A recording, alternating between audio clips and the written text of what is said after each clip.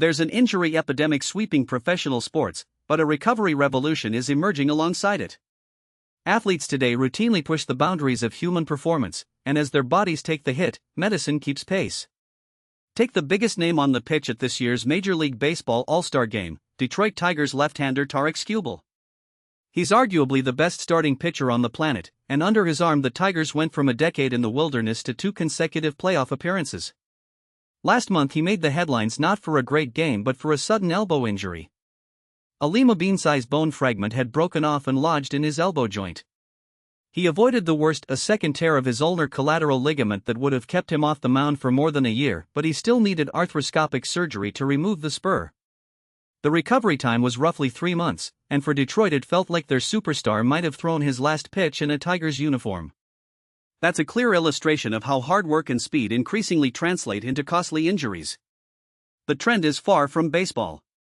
Pitching injuries have risen over the decade in parallel with a rise in average velocity. The harder you throw, the more likely you are to get hurt.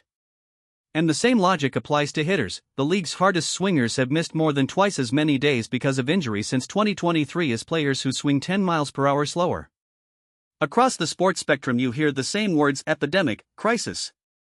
In basketball, Oklahoma City Thunder star Jalen Williams re-aggravated a hamstring tear in Game 2 of the Western Conference Finals, joining names like Kevin Durant, Anthony Edwards, and Luka Doncic in a list of superstars whose absences altered playoff outcomes.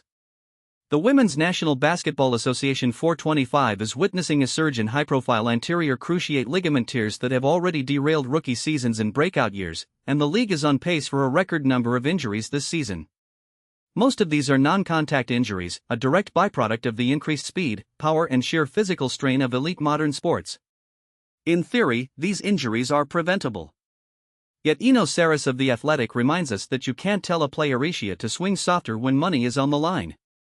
Similarly, when athletes need surgery, Glenn Fleesig, the director of biomechanical research at the American Sports Medicine Foundation, points out that while the surgery itself is becoming safer, the time to return and the risk of re-injury remain major concerns. Behind the headlines is indeed a recovery revolution: minimally invasive arthroscopic procedures, accelerated rehab protocols and cutting-edge wearables are helping athletes get back in less time than ever before. Still, every month a new headline emerges about a star player missing an entire season, a reminder that the cost of performance is rising. So as teams chase record salaries and athletes chase record numbers, the medical field is racing ahead, developing faster healing and smarter preventive strategies.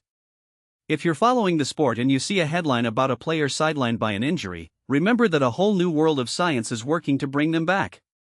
That's the paradox of today's professional sports world: a fever pitching of talent and the relentless pursuit of performance, counterbalanced by an ever-evolving recovery revolution that keeps the game alive. Thanks for tuning in. We'll see you next time with more insights from the front lines of sport and science. Goodbye.